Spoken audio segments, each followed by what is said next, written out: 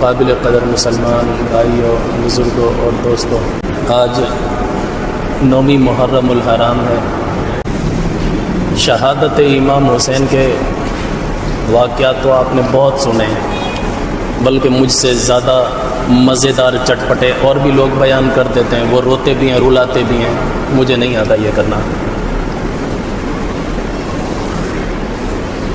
میں فضائل امام حسین پر بات کروں گا۔ اہل بیت کی محبت ہمارے ایمان کا جز ہے۔ جس دل میں اہل بیت کی محبت نہیں ہے اس کا ایمان بھی کامل نہیں ہے، وہ ناقص ایمان ہے، وہ ناتمام ایمان ہے۔ اللہ تعالیٰ نے امام حسین رضی اللہ تعالیٰ عنہ کو جس زمانے میں پیدا فرمایا وہ زمانہ خیر القرون کا زمانہ تھا، اور امام حسین نے ابتدائی اپنی زندگی کے سال بہت اچھے اور اعلیٰ قسم کے زمانے میں گزارے ہیں۔ سب سے پہلے جس ہستی نے امام حسین کی پرورش کی ہے وہ ہستی ہے جس کے بارے میں قرآن مجید کہتا ہے اِنَّكَ لَعَلَىٰ خُلُقٍ عَظِيمٍ، اے نبی تو اعلیٰ اخلاق کے اقدار کو پہنچ چکا ہے، تیرے اخلاق انتہا کو پہنچے ہوئے ہیں صلی اللہ علیہ وسلم۔ پھر آپ صلی اللہ علیہ وسلم کے وصال کے بعد جس ماں کی گود میں امام حسین رضی اللہ تعالیٰ عنہ نے پرورش پائی ہے وہ ماں ہے جس کا تقدس قرآن بیان کرتا ہے انما یرید اللہ لیذہب عنکم الرجس اہل البیت ویطہرکم تطہیرا، اور یہ وہ معزز ماں ہے کہ جس کا مرتبہ اور مقام خود نبی صلی اللہ علیہ وسلم نے حدیث شریف میں ذکر کیا کہ سیدۃ النساء فاطمہ الزہرا، جنت کی تمام عورتوں کی سردار فاطمہ الزہرا ہوگی۔ پھر ان کی وفات کے بعد جس ہستی نے امام حسین کی تربیت اور تعلیم کی ہے وہ ہستی ہے کہ جس کے بارے میں قرآن کہتا ہے وَيُطْعِمُونَ الطَّعَامَ عَلَىٰ حُبِّهِ مِسْكِينًا وَيَتِيمًا وَأَسِيرًا إِنَّمَا نُطْعِمُكُمْ لِوَجْهِ اللَّهِ لَا نُرِيدُ مِنكُمْ جَزَاءً وَلَا شُكُورًا۔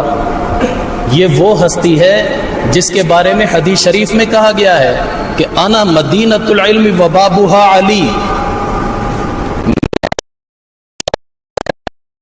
اس کا دروازہ علی،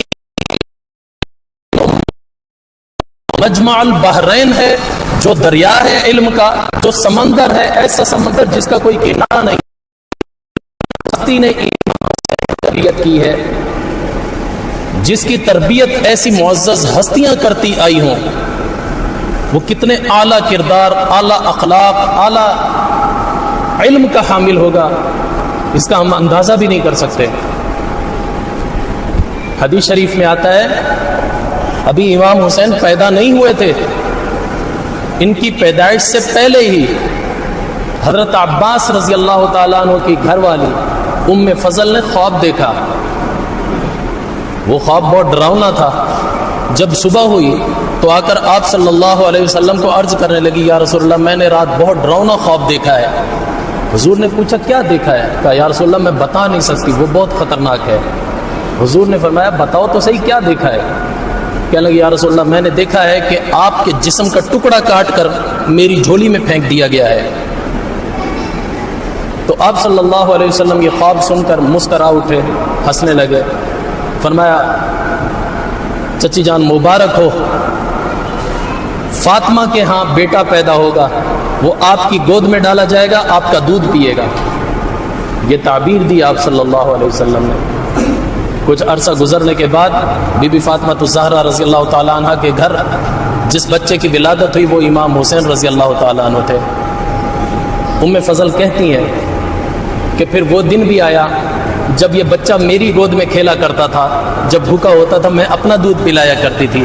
ایک مرتبہ حسب معمول میں دودھ پلا کر فارغ ہوئی ہوں، اتنے میں حضور صلی اللہ علیہ وسلم گھر میں آئے تو میں نے وہ بچہ حضور صلی اللہ علیہ وسلم کی گود میں دے دیا۔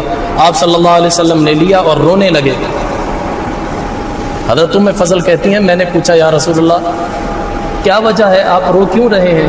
حضور نے فرمایا ابھی ابھی جبریل امین مجھے بتا کر گئے ہیں کہ اے محمد تیرے اس بچے کو تیری ہی امت شہید کر ڈالے گی۔ حضرت ام فضل کہنے لگی مجھے یقین نہیں آیا، میں نے حیرت سے پوچھا کیا واقعی ایسا ہوگا؟ حضور نے فرمایا ہاں یقیناً ایسا ہوگا، مجھے تو وہ مٹی بھی لا کر دکھا دی گئی جس پر اس کا خون گرا ہوا ہے۔ جب حضرت امام حسین رضی اللہ تعالیٰ عنہ پیدا ہوئے، حضور صلی اللہ علیہ وسلم خود گھر گئے، جا کر آپ صلی اللہ علیہ وسلم نے بچے کو اٹھایا، گٹی دی۔ گٹی کیا ہوتی ہے؟ پہلے زمانے میں یہ رواج تھا جب بھی کوئی بچہ پیدا ہوتا اس کو کسی نیک آدمی سے گٹی دلایا کرتے تھے۔ گٹی کیا ہوتی تھی؟ یا وہ شہد منہ میں ڈال کر نکال کر بچے کے منہ میں ڈال دیتا تھا، یا کوئی کھجور وغیرہ ہوتی وہ چبا چبا کر بالکل باریک کر کے وہ نکال کر بچے کے منہ میں ڈال دیتا۔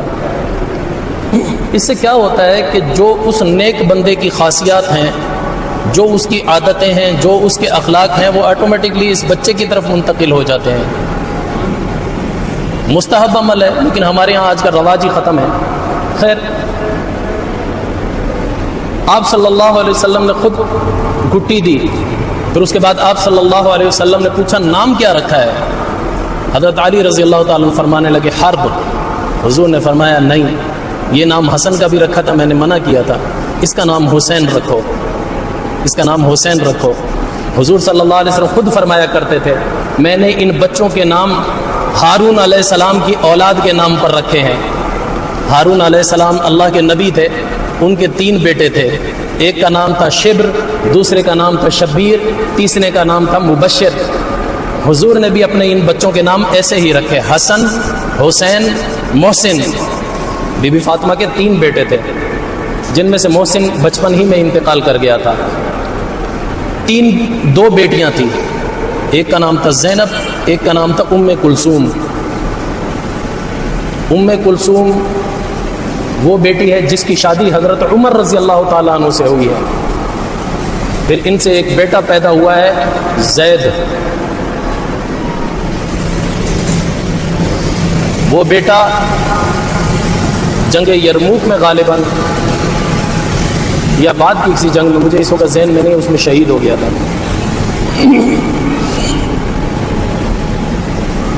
آپ صلی اللہ علیہ وسلم نے نام ان کے خود رکھے، پھر آپ صلی اللہ علیہ وسلم نے 7ویں دن اس بچے کا عقیقہ کیا۔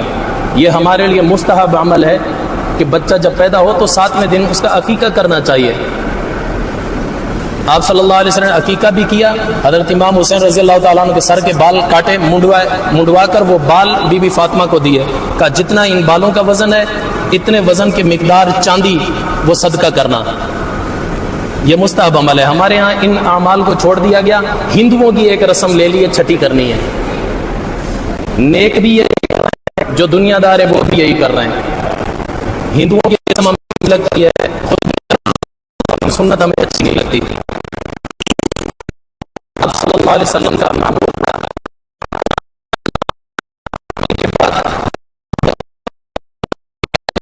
اور کہا کرتے میرے بچے مجھے دو، تو بی بی فاطمہ دیا کرتی تھی، دونوں کو گود میں بٹھا کر پیار کیا کرتے تھے اور ان پر دم کیا کرتے تھے۔ اعوذ بکلمات اللہ التامہ ومن کل شیطان وہامہ ومن کل عین لامہ۔ بڑا لاجواب دم ہے۔ پھر آپ صلی اللہ علیہ وسلم فرمایا کرتے تھے یہ میں وہ دم کرتا ہوں جو ابراہیم علیہ السلام اپنے بیٹے اسماعیل علیہ السلام اور اسحاق علیہ السلام پر کیا کرتے تھے۔ ہمارے ہاں یہ بھی نہیں ہوتا، تبھی تو ہمارے بچے ڈر رہے ہوتے ہیں، بچپن سے کسی کو دورے پڑ رہے ہوتے ہیں، تو بچے رات کو اٹھ کے ڈر رہے ہوتے ہیں، رو رہے ہوتے ہیں۔ یہ سب کیوں ہو رہا؟ ہم نے یہ سنت بھی ہم نے چھوڑ دی۔ ہر شخص کو چاہیے یہ دم یاد رکھے، یاد کر کے اپنے بچوں کے اوپر دم کیا کرے۔ لفظ کیا ہے؟ اعوذ بکلمات اللہ التامہ، میں اس کو اللہ کی پناہ میں دیتا ہوں، اللہ کے کامل کلمات کے طفیل۔ تمام ہی تعریفیں، تمام اللہ کی صفاتیں اس میں آ گئی۔ من کل شیطان، ہر شیطان کے شر سے، وہامہ، ہر اس جن کے شر سے جو تکلیف دینے والا ہے۔ جو ایذا کا باعث بنتا ہے، وَمِن كُلِّ عَيْنٍ لَامَّةٍ، اور ہر نظر بد سے جو گرا ڈالے۔ بچوں کو نظر اکثر کر کے جلدی لگ جاتی ہے، بچوں پر اثرات بھی جلدی ہوا کرتے ہیں، اس وجہ سے یہ ایک قلعہ ہے، جس بچے پر یہ دم کر دیا جائے سمجھو وہ حفاظت میں آ جاتا ہے۔ تو آپ صلی اللہ علیہ وسلم یہ دم ان بچوں کے اوپر کیا کرتے تھے، یہ آپ صلی اللہ علیہ وسلم کا معمول تھا، اور پیار کا یہ عالم تھا ان بچوں کے ساتھ، آپ صلی اللہ علیہ وسلم کے پیار کا یہ عالم تھا کہ ایک مرتبہ آپ صلی اللہ علیہ وسلم جمعے کا خطبہ دے رہے تھے، دونوں بچے لال رنگ کا جوڑا پہنا ہوا اور مسجد میں داخل ہوئے، لوگ کافی تھے، وہ گرتے پڑتے آگے آنے کی کوشش کر رہے تھے، تو آپ صلی اللہ علیہ وسلم ممبر سے خطبہ چھوڑ کر ان بچوں کے لیے نیچے اترے، ان دونوں کو اٹھایا، گلے لگایا، پھر لا کر ممبر پر ساتھ بٹھا لیا۔ بٹھانے کے بعد آپ صلی اللہ علیہ وسلم نے فرمایا واقعی اللہ تعالیٰ صحیح کہتا ہے، انما اموالکم و اولادکم فتنہ، تمہارا مال اور تمہاری اولاد تمہارے لیے آزمائش کا ذریعہ ہے۔ دیکھو میں خطبہ دے رہا تھا، اس کے باوجود میں ان بچوں کی خاطر خطبہ چھوڑ کر نیچے اتر آیا۔ خطبے میں کیا ہوتا ہے؟ سلام کرنا بھی منع، اس کا جواب دینا بھی منع، نماز پڑھنا بھی منع، ایک دوسرے کو اشارہ کرنا بھی منع، پھر یہ کیسے جائز ہو جائے گا کہ اتر کر ممبر سے نیچے آ جائے؟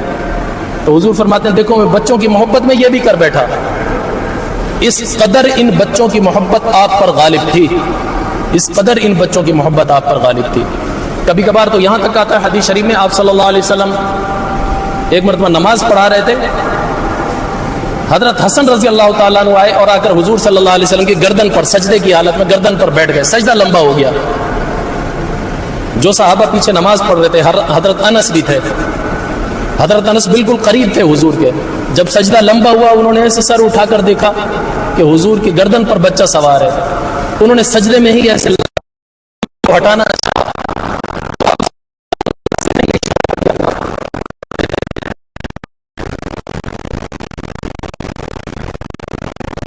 دکھاتے ہیں۔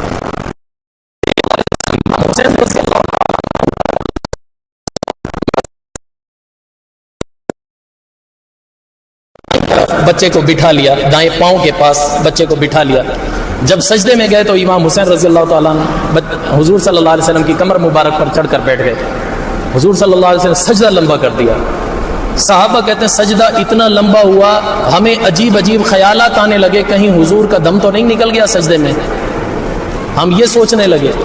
اتنے میں حضرت شداد بن اوس رضی اللہ تعالیٰ عنہ فرماتے ہیں میں پچھلی صفوں میں تھا، میں نے جب دیکھا سجدہ لمبا ہو گیا ہے تو میں نے سجدے میں سے سر اٹھا کر جھانک کر دیکھا، میں نے دیکھا ایک بچہ ہے حضور کی پیٹھ پر سوار ہے۔ کہتے میں دوبارہ سجدے میں چلا گیا، لمبے سجدے میں بھی پڑھا رہا۔ جب آپ صلی اللہ علیہ وسلم نماز سے فارغ ہوئے، مڑ کر مقتدیوں کی طرف رخ کر کے بیٹھے تو اس وقت کسی صحابی نے پوچھا یا رسول اللہ کیا اللہ تعالیٰ نے حکم دیا ہے لمبا سجدہ کرنے کا یا آپ پر وحی نازل ہو گئی تھی؟ جب وحی ہوتی تھی پھر آپ صلی اللہ علیہ وسلم بالکل ساکت اسی طرح ہو جاتے تھے، صحابہ پھر آپ صلی اللہ علیہ وسلم کو بالکل کچھ نہیں کہا کرتے تھے، خاموش ہو جاتے تھے، انتظار میں ہوتے تھے جب ختم ہو۔ تو حضور صلی اللہ علیہ وسلم نے فرمایا نہ مجھے اللہ نے حکم دیا کسی چیز کا، نہ مجھ پر کوئی وحی نازل ہوئی ہے، یہ سجدہ اس وجہ سے لمبا ہو گیا میری پیٹھ پر بچہ سوار تھا، میں نے اس کو اتارنا مناسب نہیں سمجھا۔ فرض نماز کا سجدہ اتنا لمبا ہو گیا، اللہ اکبر کبیرہ، کیا محبت ہے، کیا عالم ہے۔ حضرت اسامہ بن زید فرماتے ہیں ایک مرتبہ میں حضور صلی اللہ علیہ وسلم کے پاس گھر گیا ملنے کے لیے، کوئی کام تھا، میں نے جا کر دروازہ کھٹکھٹایا تو آپ صلی اللہ علیہ وسلم ایک کمبل اوڑے ہوئے نکلے، میں نے بات چیت کی، گفتگو کی، جو میرا کام تھا میں نے بتایا، پھر اس کے بعد آپ صلی اللہ علیہ وسلم نے جو جواب دیا، اس کے بعد جب سلام کر کے میں لوٹنے لگا میں نے محسوس کیا اس کمبل کے اندر کچھ ہے۔ میں نے پوچھا یا رسول اللہ اس کمبل میں کیا ہے؟ حضور صلی اللہ علیہ وسلم نے ایسے جھٹکا دے کر جب کمبل ہٹایا میں نے دیکھا حسن حسین دونوں کو اٹھایا ہوا ہے، اور حضور صلی اللہ علیہ وسلم فرما رہے تھے جو ان سے محبت کرتا ہے وہ مجھ سے محبت کرتا ہے، جو ان سے دشمنی رکھتا ہے وہ مجھ سے دشمنی رکھتا ہے۔ حضرت یعلا بن مرہ رضی اللہ تعالیٰ عنہ فرماتے ہیں میں ایک مرتبہ حضور صلی اللہ علیہ وسلم کے ساتھ کہیں جا رہا تھا، کسی صحابی نے دعوت کی تھی تو کچھ صحابہ بھی آپ صلی اللہ علیہ وسلم کے ساتھ تھے، آپ صلی اللہ علیہ وسلم ان صحابہ سے آگے آگے چل رہے تھے، آگے آگے جا رہے ہیں۔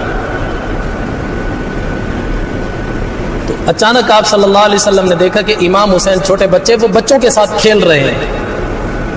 تو حضور صلی اللہ علیہ وسلم ہمیں یوں رکنے کا اشارہ کر کے خود بچے کے پاس گئے. تو جیسے امام حسین نے حضور کو دیکھا تو آگے دوڑا. حضور صلی اللہ علیہ وسلم پیچھے چھوٹے چھوٹے قدموں سے دوڑ رہے ہیں جیسے بچوں کے ساتھ کھیلا جاتا ہے. حضرت امام حسین کبھی ادھر بھاگ رہے ہیں کبھی ادھر بھاگ رہے ہیں. آخر آپ صلی اللہ علیہ وسلم نے پکڑ لیا. صحابہ کہتے ہیں ہم دیکھ کر رشک کرنے لگے. آپ صلی اللہ علیہ وسلم نے ایک ہاتھ ادھر گردن پر پیچھے رکھا اور دوسرا ہاتھ ادھر ٹھوڑی پر رکھا, پھر منہ پر منہ لگا کر آپ صلی اللہ علیہ وسلم چومنے لگے.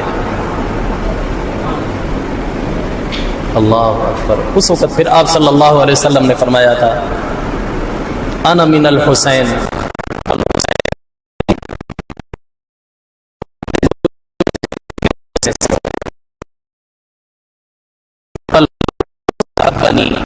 کسی نے حسین سے محبت رکھی.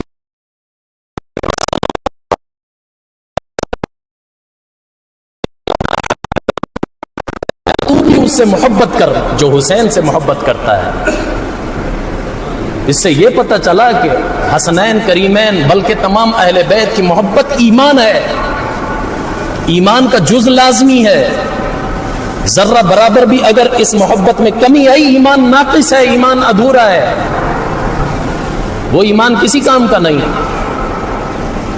اہل بیت کی محبت دیکھو نا, آپ صلی اللہ علیہ وسلم خود فرمایا کرتے تھے میں تمہارے لیے دو چیزیں چھوڑ کر جا رہا ہوں, ایک اللہ کا قرآن, دوسرا کیا فرماتے تھے عطرتی, اپنے گھر والے.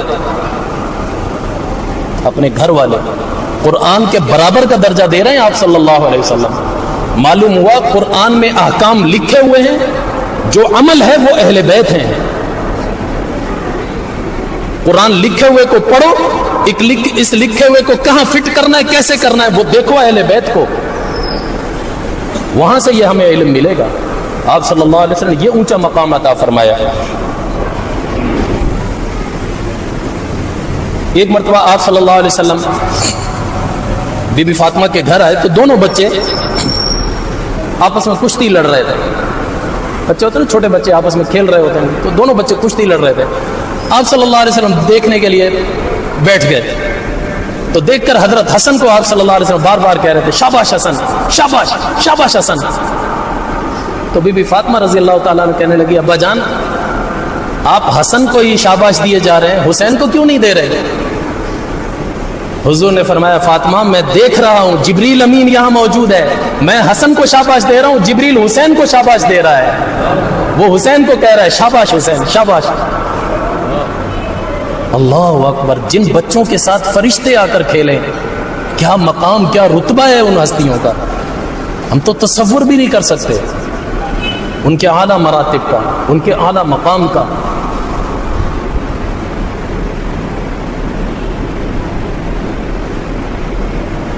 ایک مرتبہ حضرت عبداللہ بن عمر رضی اللہ تعالیٰ عنہ مسجد حرام کا طواف کر کے خانہ کعبہ میں دیوار حتیم کے ساتھ ٹیک لگا کر بیٹھے ہوئے تھے. حدیث شریف میں آتا ہے, یہ اکثر احادیث کی کتابوں میں حدیث موجود ہے. فجاء رجل يسأله عن دم البعوضة, ایک آدمی آیا, آ کر وہ اپنا احرام دکھانے لگا کہ دیکھو یہ مچھر کا خون لگ گیا ہے, اب کیا اس کے بدلے میں مجھ پر کوئی تاوان لازم ہوگا کیا؟ اچانک مر گیا مچھر, خون لگ گیا ہے, کہ مجھ سے حلال کام ہوا ہے حرام ہوا ہے. تو حضرت عبداللہ بن عمر رضی اللہ تعالیٰ عنہ نے پوچھا ممن انت, اے بھائی تو کہاں سے آیا ہے, کون ہے؟ فقال انا من العراق, میں عراق سے آیا ہوں, عراقی ہوں. تو حضرت عبداللہ بن عمر فرمانے لگے فقال انظروا الى هذا الرجل, اے لوگوں دیکھو تو صحیح اس آدمی کو,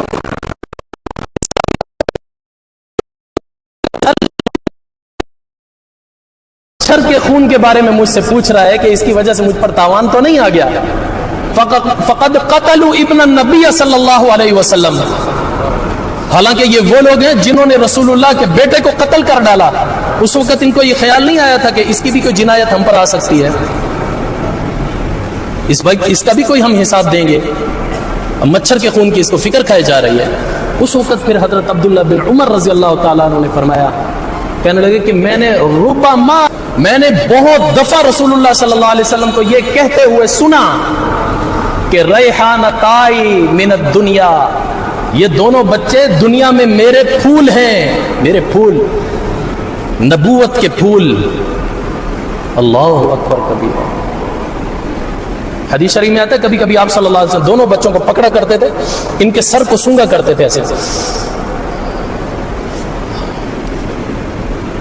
وہ کیا خوشبو محسوس کرتے تھے اللہ جانتا ہے۔ میں تو یقیناً کہتا ہوں وہ جنت کی خوشبو تھی، کسی کتاب میں نہیں ہے، لیکن جتنا ان کا حتمی طور پر جنتی ہونا ثابت ہے نا، یقیناً وہ جنت ہی کی خوشبو سونگا کرتے تھے، اور جنت کی خوشبو کی نظیر ہی کوئی نہیں، اس کی کوئی مثال ہی نہیں۔ جب آپ صلی اللہ علیہ وسلم کی وفات ہوئی ہے، اس وقت امام حسین رضی اللہ تعالیٰ عنہ کی عمر مبارک 6 سال یا 7 سال تھی۔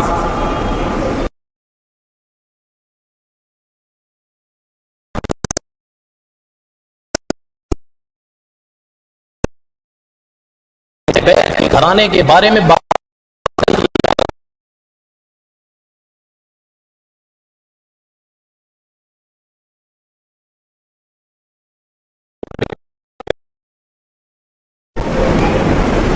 اہل بیت کی قرابت داری کا لحاظ رکھنا ہر شخص پر لازم ہے، باقاعدہ سرکاری طور پر آرڈر تھا، اس قدر اہل بیت کا پاس رکھا گیا۔ جب حضرت عمر رضی اللہ تعالیٰ عنہ کا دور آیا تو اس میں ابتدائی زمانے میں تو حضرت امام حسین رضی اللہ تعالیٰ عنہ چھوٹے بچے تھے، لیکن حضرت عمر رضی اللہ تعالیٰ عنہ کے آخری دور خلافت میں جوانی کو پہنچ چکے تھے، اتنے جوان ہو گئے تھے کہ حضرت عمر نے اپنی زندگی میں ایران کے بادشاہ کی بیٹی جو غنیمت کے طور پر مال غنیمت بن کر آئی تھی، اس کی شادی حضرت امام حسین کو بلا کر اس سے کرائی تھی۔ حضرت علی رضی اللہ تعالیٰ عنہ فرمانے لگے، امیر المومنین یہ آپ کیا کر رہے ہیں؟ شہزادی ہے، اپنے شہزادے کے لیے رکھو نا، یعنی اپنے بیٹے کے لیے۔ حضور نے فرمایا، حضرت عمر نے فرمایا نہیں، شہزادی شہزادے کے ساتھ ہی جچتی ہے۔ امام حسین کا یہ مقام تھا حضرت عمر کی نظر میں۔ یہ تو واقعہ آپ نے بھی مشہور سنا ہوا ہے نا، حضرت عمر امام حسین سے لکھوا رہے تھے، لکھ کر دے میں تمہارے در کا غلام ہوں۔ محبت کا یہ عالم۔ حضرت عمر کے بعد جب حضرت عثمان غنی کا زمانہ آیا، اس زمانے میں حضرت امام حسین عروج کی جوانی پر تھے۔ پھر جب لشکر تیار ہوا ہے تبرستان پر حملہ کرنے کے لیے،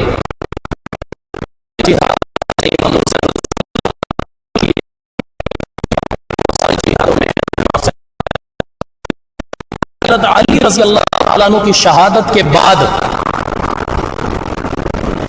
10 سال گزرنے کے بعد حضرت امیر معاویہ کے زمانے میں قسطنطنیہ پر جو حملہ کیا گیا ہے، جہاد ہوا ہے، اس جہاد میں بھی حضرت امام حسین شریک تھے، امام حسن بھی شریک تھے۔ یہ وہ جہاد تھا جس کی بشارت حضور نے دنیا میں دی ہوئی تھی کہ میری امت کا وہ لشکر جو سب سے پہلے قسطنطنیہ پر حملہ کرے گا ان پر جنت واجب ہے۔ تو جب اس جہاد کا حضرت امیر معاویہ نے اعلان کیا تو سارے صحابہ ٹوٹ پڑے تھے اس کی طرف کہ اس جنت کو ہم حاصل کریں۔ بڑے بڑے صحابہ اس جہاد میں شریک ہوئے ہیں، بڑے بڑے صحابہ۔ اس لشکر کا جو کمانڈر ان چیف تھا، بعض روایات میں آتا ہے سفیان بن عوف تھا، لیکن اکثر اور بیشتر روایات میں آتا ہے یزید تھا، حضرت معاویہ کا بیٹا یزید۔ بہرحال جس وقت یہ جہاد ہوا اس وقت یزید میں کوئی برائی نہیں تھی، برائیاں بعد میں آئی ہیں اقتدار میں آنے کے بعد۔ اس سے پہلے اس میں کوئی فسق و فجور نہیں تھا۔ اگر فسق و فجور ہوتا، بڑے بڑے صحابہ جو اس لشکر میں جا رہے ہیں وہ اعتراض نہ کرتے اس کو ہٹاؤ۔ خود امام حسن حسین اس لشکر میں شامل ہیں، وہ اعتراض نہ کرتے اس کو ہٹاؤ۔ یہ اس کو بدمستیاں کب لگی ہیں؟ جب حضرت امیر معاویہ کی وفات ہو گئی ہے، اس کے بعد یہ اقتدار میں آیا ہے، تب بدمست بنا ہے، اس سے پہلے نہیں تھا۔ اس سے پہلے اتنا با اعتبار تھا کہ جب حضرت امیر معاویہ نے چناؤ کیا ہے اپنے بعد خلیفے کا، وہ بھی صحابہ کے کہنے پر کیا ہے. تمام لوگوں سے رائے لی تھی کس کو خلیفہ بناؤ. لوگوں نے کہا کہ اگر کسی اور کو بناؤ گے، کیونکہ 23 سالہ دور حکومت ہے نا حضرت امیر معاویہ کا، امن و امان سے گزرا ہے اور فتوحات کا سلسلہ چلا ہے. انہی کے زمانے میں تو سندھ فتح ہوا ہے، بلوچستان علاقہ فتح ہوا، پشاور تک حضرت سنان بن سلمہ پشاور تک فتح کر گئے تھے. امن کا زمانہ تھا. حضرت علی رضی اللہ تعالیٰ عنہ نے شہادت سے پہلے امام حسن رضی اللہ تعالیٰ عنہ کو جو وصیتیں کی تھی نا، ان میں ایک بات یہ بھی تھی، بیٹا میں دیکھ رہا ہوں جب تک معاویہ زندہ ہے امن رہے گا، جس دن یہ اٹھ گیا میں دیکھ رہا ہوں بہت سارا خون بہایا جا رہا ہے. یہ حضرت علی کے الفاظ تھے. ان کا جو دور تھا حضرت امیر معاویہ، تاریخ کی کتابیں اٹھا کر دیکھ لو، پرامن دور تھا. اور اسلام ان کے دور میں بڑا پھولا پھلا ہے، بہت پھولا، بہت دور دور تک اسلام پھیلا ہے. تو اس وقت جو چناؤ کیا تھا یزید کا، وہ اس وقت کے لوگوں نے مشورہ دیا تھا. لازمی بات ہے جس بندے میں اس وقت قباحت نہیں ہے، بعد کا علم تو اللہ کے علاوہ کسی کو نہیں ہے، اس وقت پر اعتماد کریں گے نا سب. مستیاں اس کی نظر آئی ہیں. ایک پیار میں نے فوراً حق کا کلمہ بلند کیا کہ یہ غلط ہے، اس کو ہٹاؤ، خلافت کا اہل نہیں ہے، نا اہل کے حوالے حکومت ہوئی ہے. بعض لوگ کہتے ہیں نا کہ امام حسین خلافت لینے کے لیے آئے تھے. یہ جھوٹا الزام ہے، خلافت لینے نہیں آئے تھے.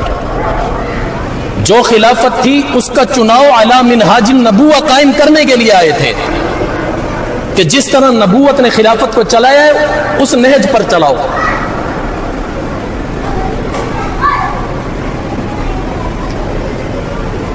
حضرت امام حسین اقتدار کے لیے نہیں لڑے تھے، نہ اقتدار کے بھوکے تھے. بعض لوگ مخالفت میں آ کر نا اتنے زیادہ آگے نکل جاتے ہیں، اتنے زیادہ آگے نکل جاتے ہیں، پیچھے کا راستہ ہی بند ہو چکا ہوتا ہے. ہم پاکستانیوں کے ساتھ ایسا ہی ہوا ہے. ہم یزید کی مخالفت میں اتنے آگے نکلے کہ لفظ یزید کو ہی ہم نے گالی بنا ڈالا. میں مانتا ہوں وہ شخصیت بری تھی، بری ہے، کہنا ہے اس شخصیت کو کہتے نا، لیکن اس شخصیت سے ہم اتنا آگے نکلے کہ لفظ یزید ہی گالی بنا ڈالا. حالانکہ لفظ تو برا نہیں ہے، اگر کسی کا نام ہے تو نام تو برا نہیں ہے. میں آپ سے سوال کرتا ہوں، آپ بھی محب اہل بیت ہیں، امام حسین کے کتنے بیٹے تھے؟ بتاؤ نا یار، عجیب محبت ہے.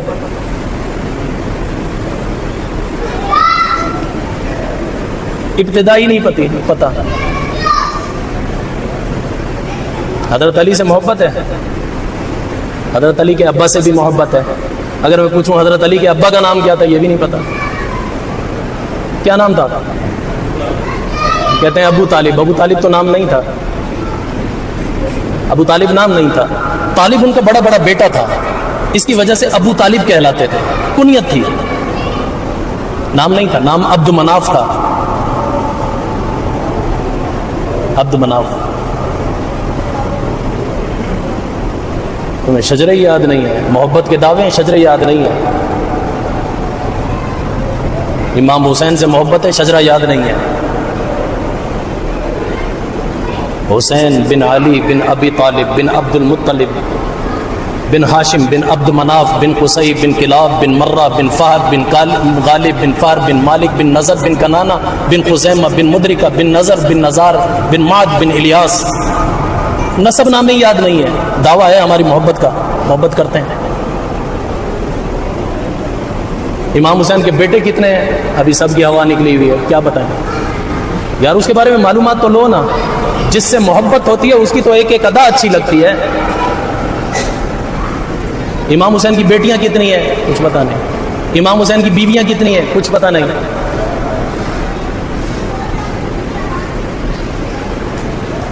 امام حسین کی 4 تھی. سب سے پہلی بیوی ہے وہ کون تھی پتہ ہے؟ امیر معاویہ کی سگی بھانجی ہے، یزید کی پھپھو کی. اس وجہ سے حضرت امیر معاویہ نے وفات کے وقت یزید کو نصیحت کی تھی، بیٹا حسین اگر تیری بیعت نہ کرے اس کو مجبور نہ کرنا، اس کے ساتھ برا سلوک نہ کرنا، قرابت داری کا لحاظ کرنا. وہ بدبخت کی بدبختی تھی، وہ بدبختی کر بیٹھا، اپنے باپ کا بھی کہنا نہیں مانا. اگر مان لیتا یہ نوبت نہ آتی. وہ کیا قرابت داری تھی؟ حضرت امیر معاویہ یہی تو سمجھانا چاہ رہے تھے، میری بھانجی کا سگی بھانجی کا شوہر ہے. بھانجی اور سگی بیٹی میں کوئی فرق ہوتا ہے؟ جس طرح سگی بیٹی سے شادی حرام ہے، بھانجی سے بھی تو حرام ہے. اللہ نے ایک برابر رشتہ بنایا ہے بھانجی اور بیٹی کا. امام حسین کی پہلی بیوی اس کا نام ہے لیلا. لیلا جو ہے وہ حضرت امیر معاویہ کی سگی بھانجی ہے. یہ قرابت داری ہے. پھر حضرت امام حسین کے جو بیٹے ہیں 10 بیٹے ہیں، 10 بیٹے ہیں. علی اکبر، علی اصغر، علی اوسط، زید، محمد، ابراہیم، حمزہ، ابو بکر، جعفر، پھر عمر، پھر جو آخری ہے اس کا نام ہے یزید. امام حسین کے پتر کا نام بتا رہا ہوں، کیا نام ہے؟ یزید.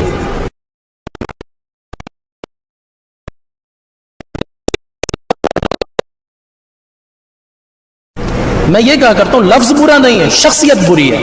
شخصیت کو کہو جو کہنا ہے، لفظ کو اتنا بدنام نہ کرو، ورنہ امام حسین کے بیٹے کو کیا کہو گے؟ چلو ایک طرف کرو. کربلا میں 72 شہداء ہیں جن میں 18 افراد اہل بیت تھے. میں نام پوچھوں اللہ کی قسم نہیں آئیں گے، تمہیں نہیں آئیں گے، مجھے پتا ہے نا. 18 اہل بیت تھے، باقی وہ صحابہ اکرام کی اولادیں تھیں.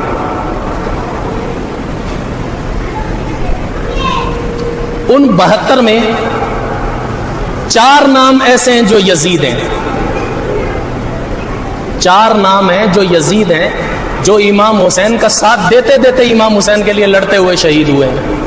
میں کہتا ہوں پھر ان یزیدوں کے بارے میں تمہارا کیا خیال ہے؟ اگر لفظ یزید ہی برا ہے، ان یزیدوں کو کیا کہو گے؟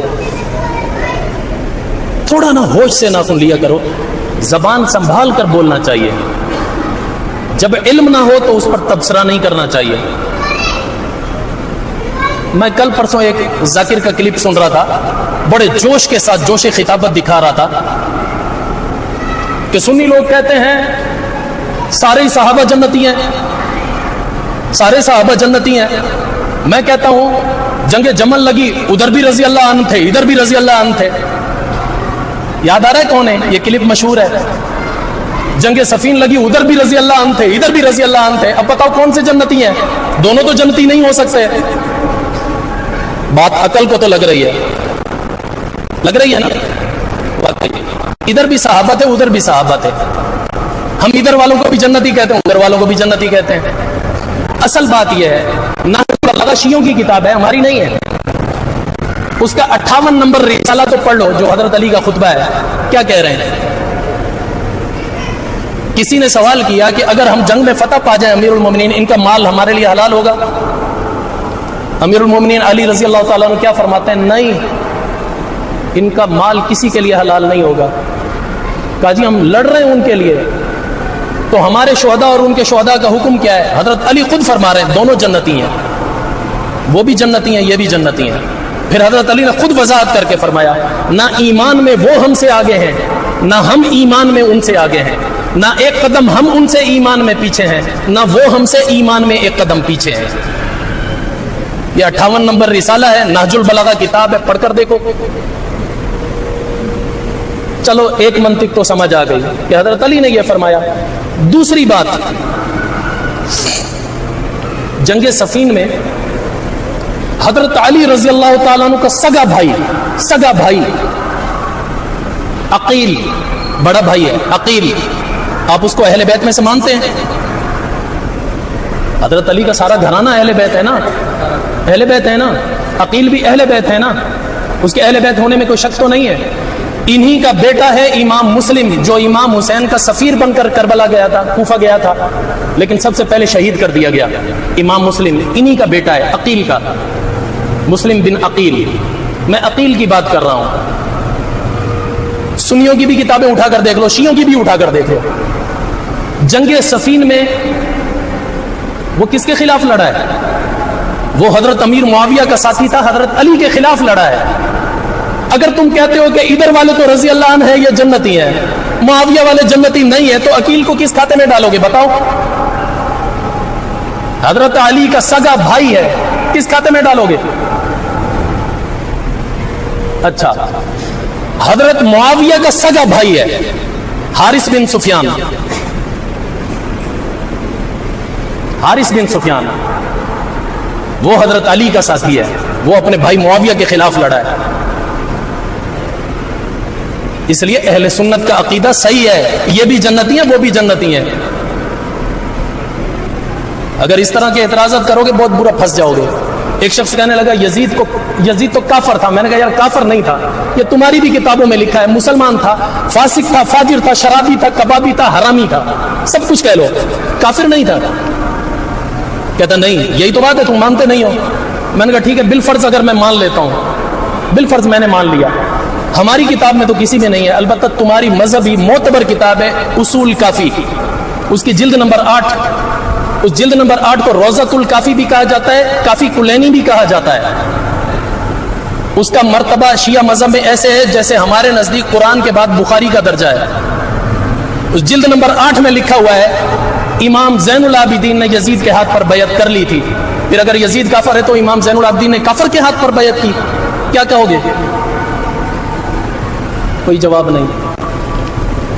سب سے بہترین بات یہ ہے کہ حضور صلی اللہ علیہ وسلم نے فرمایا تھا، اے لوگو جب میرے صحابہ کا اختلاف دیکھو اپنی زبانیں گنگ کر لینا، چپ ہو جانا، اپنی زبانیں نہ کھولنا۔ اب ہم کیا فیصلہ دیں کس کے بارے میں؟ آپ نے یہ تو سنا ہے امام حسین رضی اللہ تعالیٰ عنہ کو قتل کرنے والا جو شخص تھا، شہید کرنے والا جس نے سر کٹوایا، وہ کون تھا؟ شمر ذل جوشن، یہی نام ہے؟ سمر ذل جوشن اس فوجی دستے کا سپہ سالار تھا، خود نے نہیں کاٹا، اس نے اسلم بن سنان کو کہا تھا جا کے سر کاٹ، اس بدبخت کتے نے کاٹا تھا۔ کٹوانے والا کون ہے؟ شمر ذل جوشن۔ شمر کون ہے؟ کیا صحابہ کی اولاد ہے؟ نہیں، حضرت علی رضی اللہ تعالیٰ عنہ کا سالہ ہے۔ میرے اوپر یقین نہ کرو، آپ کہو گے مولا جھوٹ بول رہا ہے، کتابوں میں دیکھو یار، کتابوں تک نہیں پہنچ، نیٹ پر سرچ تو کر لو، اسی میں مل جائے گا۔ اور جنگ صفین جو حضرت امیر معاویہ کے خلاف لڑی گئی ہے، اس جنگ میں حضرت علی کی فوج کا سپہ سالار یہ تھا، حضرت علی سپہ سالار نہیں تھے، اپنی فوج کے سپہ سالار حضرت علی نہیں تھے۔ شمر ذل جوشن اس جنگ میں سپہ سالار تھا حضرت علی کی فوج کا، اور یہی شخص ہے جس نے امام حسین کا سر کٹوایا ہے۔ اب کیا کہو گے؟ میں یہ نہیں کہتا وہ اچھا تھا، وہ کتے کا بچہ تھا، اس پر جتنی لانتیں برساؤ وہ کم ہے۔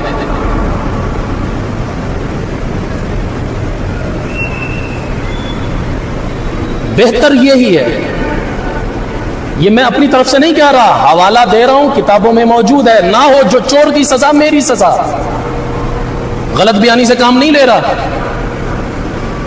یہ حقائق دیکھو نا، پھر تمہیں زبان کھولنے کا اختیار ہے۔ ہاں اب کھولو، اب جس کو تم نے اچھا کہنا ہے کہو، جس کو تم نے برا کہنا ہے کہو۔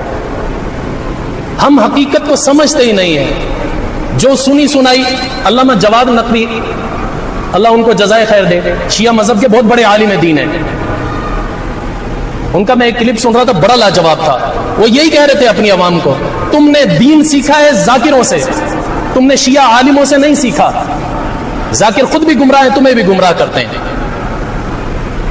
اگر یہ تمہارے خیر خواہ ہیں، ممبر پر بٹھانے سے پہلے ان سے کہو قرآن سنائیں، ان کو قرآن نہیں آتا۔ ابھی جس شخص کی میں بات کر رہا تھا نا، بڑا اچھل اچھل کے کہہ رہا تھا ادھر بھی رضی اللہ ادھر بھی رضی اللہ، وہ اذان کے الفاظ بتا رہا تھا، کہہ رہا تھا اشہد ان محمد در رسول اللہ. میں آپ سے پوچھتا ہوں کیا لفظ ہے؟ محمد در رسول اللہ ہے یا درہ ہے؟ درہ ہے. وہ کہہ رہے درہ. اور جس کو اذان کے الفاظ نہیں آتے وہ لوگوں کو دین سکھا رہا ہے منبر پر بیٹھ کر. میں یہ نہیں کہتا سنی علماء سے ہی رجوع کرو، شیعہ علماء سے رجوع کرو، تمہارے سامنے حقیقت سامنے آئے گی. یہ غلط جاہلوں نے غلط رنگ دے دے کر لوگوں کے ذہن خراب کیے ہوئے ہیں، اصل حقائق چھپا لیے ہیں، اصل حقیقت